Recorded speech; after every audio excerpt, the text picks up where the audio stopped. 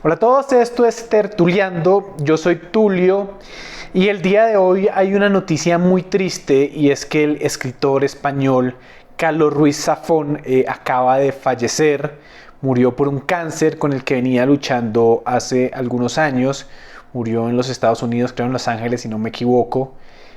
Y primero lamentar esta muerte, siempre es muy triste, era un hombre relativamente joven, tenía 55 años y pues nos brindó muchas letras, nos brindó muchas alegrías, muy buenos momentos con su saga El libro de los cementerios, el libro del cementerio olvidado.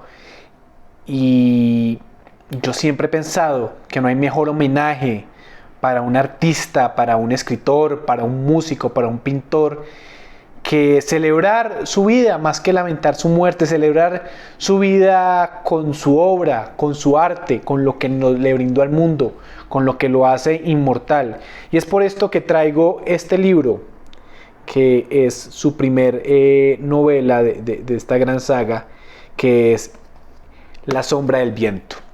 Les voy a leer hoy, que es día de lecturas brutales, de autores brutales, el prólogo, digamos, una introducción que hay antes de que comience la historia como tal, que nos habla de este lugar, que es el cementerio de los libros olvidados. Entonces, buen viaje, maestro Zafón. Muchas gracias por compartirnos tu arte y tus letras con nosotros. Y te seguiremos recordando siempre que te sigamos leyendo. Entonces, leeré. El cementerio de los libros olvidados. Todavía recuerdo aquel amanecer en que mi padre me llevó por primera vez a visitar el cementerio de los libros olvidados. Desgranaban los primeros días del verano de 1945 y caminábamos por las calles de una Barcelona atrapada bajo cielos de ceniza y un sol de vapor que se derramaba sobre la rambla de Santa Mónica en una guirnalda de cobre líquido. Daniel, lo que vas a ver hoy no se lo puedes contar a nadie, advirtió mi padre, ni a tu amigo Tomás, a nadie. ¿Ni siquiera a mamá?, inquirí yo a media voz. Mi papá suspiró, amparado en aquella sonrisa triste que le perseguía como una sombra por la vida. Claro que sí, respondió cabizbajo. Con ella no tenemos secretos. A ella puedes contárselo todo. Poco después de la guerra civil, un brote de cólera se había llevado a mi madre. La enterramos en Montjuic el día de mi cuarto cumpleaños. Solo recuerdo que llovió todo el día y toda la noche, y que cuando le pregunté a mi padre si el cielo lloraba, le faltó voz para responderme. 6 años después, la ausencia de mi madre era para mí todavía un espejismo, un silencio a gritos que aún no había aprendido a callar con palabras. Mi padre y yo vivíamos en un pequeño piso de la calle Santa Ana, junto a la plaza de la iglesia. El piso estaba situado encima de la librería especializada en ediciones de coleccionista y libros usados heredada de mi abuelo, un bazar encantado que mi padre confiaba en que algún día pasaría a mis manos. Me crié entre libros, haciendo amigos invisibles en páginas que se deshacían en polvo y cuyo olor aún conservo en las manos. De niño aprendí a conciliar el sueño mientras le explicaba a mi madre en la penumbra de mi habitación las incidencias de la jornada, mis andanzas en el colegio, lo que había aprendido aquel día. No podía oír su voz o sentir su tacto, pero su luz y su calor ardían en cada rincón de aquella casa, y yo, con la fe de los que todavía pueden contar sus años con los dedos de las manos, creía que si cerraba los ojos y le hablaba, ella podría oírme desde donde estuviese. A veces, mi padre me escuchaba desde el comedor y lloraba a escondidas. Recuerdo que aquel alba de junio me desperté gritando. El corazón me batía en el pecho como si el alma quisiera abrirse camino y echar a correr escaleras abajo. Mi padre acudió azorado a mi habitación y me sostuvo en sus brazos intentando calmarme. No puedo acordarme de su cara, no puedo acordarme de la cara de mamá, murmuré sin aliento. Mi padre me abrazó con fuerza. No te preocupes, Daniel, yo me acordaré por los dos. Nos miramos en la penumbra buscando palabras que no existían. Aquella fue la primera vez en que me di cuenta de que mi padre envejecía y de que sus ojos de niebla y de pérdida, siempre miraban atrás. Se incorporó y descorrió las cortinas para dejar entrar la tibia luz del alba. Anda, Daniel, vístete, quiero enseñarte algo, dijo. ¿Ahora? ¿A las 5 de la mañana? Hay cosas que solo pueden verse entre tinieblas, insinuó mi padre blandiendo una sonrisa enigmática que probablemente habría tomado prestada de algún tomo de Alejandro Dumas. Las calles aún languidecían entre neblinas y serenos cuando salimos al portal. Las farolas de las Ramblas dibujaban una avenida de vapor, parpadeando al tiempo que la ciudad se desperezaba y se desprendía de su disfraz de acuarela. Al llegar a la calle Arco del Teatro, nos aventuramos camino del Raval bajo la arcada que prometía una bóveda de bruma azul. Seguí a mi padre a través de aquel camino angosto, más cicatriz que calle, hasta que el reluz de la Rambla se perdió a nuestras espaldas. La claridad del amanecer se filtraba desde balcones y cornisas en soplo de luz sesgada que nos llegaban a rozar el suelo. Finalmente, mi padre se detuvo frente a un portón de madera labrada, ennegrecido por el tiempo y la humedad. Frente a nosotros se alzaba lo que me parecía el cadáver abandonado de un palacio o un museo de ecos y sombras. Daniel, lo que vas a ver hoy no se lo puedes contar a nadie, ni a tu amigo Tomás, a nadie. Un hombrecillo con rasgos de ave rapaz y cabellera plateada nos abrió la puerta. Su mirada aguileña se posó en mí, impenetrable. Buenos días, Isaac. Este es mi hijo Daniel, anunció mi padre. Pronto cumplirá 11 años y algún día él se hará cargo de la tienda. Ya tiene edad de conocer este lugar. El tal Isaac nos invitó a pasar con un leve asentimiento. Una penumbra azulada lo cubría todo, insinuando apenas trazos de una escalinata de mármol y una galería de frescos poblados con figuras de ángeles y criaturas fabulosas. Seguimos al guardián a través de aquel corredor palaciego y llegamos a una gran sala circular, donde una auténtica basílica de tinieblas yacía bajo una cúpula acuchillada por haces de luz que pendían desde lo alto. Un laberinto de corredores y estanterías repletas de libros ascendía desde la base hasta la cúspide, dibujando una colmena tramada de túneles, escalinatas, plataformas y puentes que dejaban adivinar una gigantesca biblioteca de geometría imposible. Miré a mi padre boquiabierto. Él me sonrió guiñándome el ojo. Daniel, bienvenido al cementerio de los libros olvidados. Salpicando los pasillos y plataformas de la biblioteca se perfilaban una docena de figuras.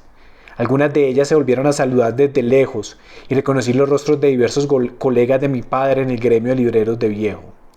A mis ojos de 10 años, aquellos individuos aparecían como una cofradía secreta de alquimistas conspirando a espaldas del mundo. Mi padre se arrodilló junto a mí y sosteniéndome la mirada, me habló con esa voz leve de las promesas y las confidencias. Este lugar es un misterio, Daniel, un santuario. Cada libro, cada tomo que ves, tiene alma, el alma de quien lo escribió y el alma de quienes lo leyeron y vivieron y soñaron con él. Cada vez que un libro cambia de manos, cada vez que alguien desliza la mirada por sus páginas, su espíritu crece y se hace fuerte. Hace ya muchos años, cuando mi padre me trajo por primera vez aquí, este lugar ya era viejo. Quizá tan viejo como la misma ciudad. Nadie sabe a ciencia cierta desde cuándo existe o quiénes lo crearon. Te diré lo que mi padre me dijo a mí. Cuando una biblioteca desaparece, cuando una librería cierra sus puertas, cuando un libro se pierde en el olvido, los que conocemos este lugar, los guardianes, nos aseguramos de que llegue aquí, en este lugar, los libros que ya nadie recuerda, los libros que se han perdido en el tiempo, viven para siempre, esperando llegar algún día a las manos de un nuevo lector, de un nuevo espíritu. En la tienda nosotros los vendemos y los compramos, pero en realidad los libros no tienen dueño. Cada libro que ves aquí ha sido el mejor amigo de alguien. Ahora solo nos tienen a nosotros, Daniel. ¿Crees que vas a poder guardar el secreto? Mi mirada se perdió en la inmensidad de aquel lugar, en su luz encantada. Asentí y mi padre sonrió. ¿Y sabes lo mejor?, preguntó. Negué en silencio. La costumbre es que la primera vez que alguien visita este lugar tiene que escoger un libro, el que prefiera y adoptarlo, asegurándose de que nunca desaparezca, de que siempre permanezca vivo. Es una promesa muy importante, de por vida, explicó mi padre. Hoy es tu turno. Por espacio de casi media hora deambulé entre los entresijos de aquel laberinto que olía a papel viejo, a polvo y a magia. Dejé que mi mano rozase las avenidas de lomos expuestos, tentando mi erección. Atisbé entre los títulos desdibujados por el tiempo, palabras en lenguas que reconocía y decenas de otras que era incapaz de catalogar. Recorrí pasillos y galerías en espiral pobladas por cientos, miles de tomos que parecían saber más acerca de mí que yo de ellos. Al poco, me asaltó la idea de que tras la cubierta de cada uno de aquellos libros se abría un universo infinito por explorar, y de que, más allá de esos muros, el mundo dejaba pasar la vida en tardes de fútbol y seriales de radio, satisfecho con ver hasta allí donde alcanza su ombligo y poco más. Quizá fue aquel pensamiento, quizá el azar o su pariente de gala, el destino, pero en aquel mismo instante supe que ya había elegido el libro que iba a adoptar. O quizá debiera decir el libro que me iba a adoptar a mí. Se asomaba tímidamente en el extremo de una estantería, encuadernado en piel de color vino y susurrando un título en letras doradas que ardían a la luz que destilaba la cúpula desde lo alto. Me acerqué hasta él y acaricié las palabras con la yema de los dedos, leyendo en silencio. La sombra del viento, Julián Carax. Jamás había oído mencionar aquel título o su autor, pero no importó. La decisión estaba tomada. Por ambas partes, tomé el libro con sumo cuidado y lo ojeé, dejando aletear sus páginas. Liberado de su celda en el estante, el libro exhaló una nube de polvo dorado. Satisfecho con mi elección, rehice mis pasos en el laberinto portando mi libro bajo el brazo con una sonrisa impresa en los labios. Tal vez la atmósfera hechicera de aquel lugar había podido conmigo, pero tuve la seguridad de que aquel libro había estado allí esperándome durante años, posiblemente desde antes de que yo naciese. Aquella tarde, de vuelta en el piso de la calle Santa Ana, me refugié en mi habitación y decidí leer las primeras líneas de mi nuevo amigo. Antes de darme cuenta me había caído dentro sin remedio. La novela relataba la historia de un hombre en busca de su verdadero padre, al que nunca había llegado a conocer y cuya existencia solo descubría a merced de las últimas palabras que pronunciaba su madre en el lecho de muerte. La historia de aquella búsqueda se transformaba en una odisea fantasmagórica en la que el protagonista luchaba por recuperar una infancia y una juventud perdidas, y en la que lentamente descubríamos la sombra de un amor maldito cuya memoria la habría de perseguir hasta el fin de los días. A medida que avanzaba, la estructura del relato empezó a recordarme una de esas muñecas rusas que contienen innumerables miniaturas de sí mismas en su interior. Paso a paso, la narración se descomponía en mil historias, como si el relato hubiese penetrado en una galería de espejos y su identidad se cindiera en docenas de reflejos diferentes y al tiempo uno solo. Los minutos y las horas se deslizaron como un espejismo. Horas más tarde, atrapado en el relato, apenas advertí las campanadas de medianoche en la catedral repiqueteando a lo lejos. Enterrado en la luz de cobre que proyectaba el flexo, me sumergí en un mundo de imágenes y sensaciones como jamás las había conocido. Personajes que se me antojaron tan reales como el aire que respiraba, me arrastraron en un túnel de aventura y misterio del que no quería escapar. Página a página me dejé envolver por el sortilegio de la historia y su mundo, hasta que el aliento del amanecer acarició mi ventana y mis ojos cansados se deslizaron por la última página.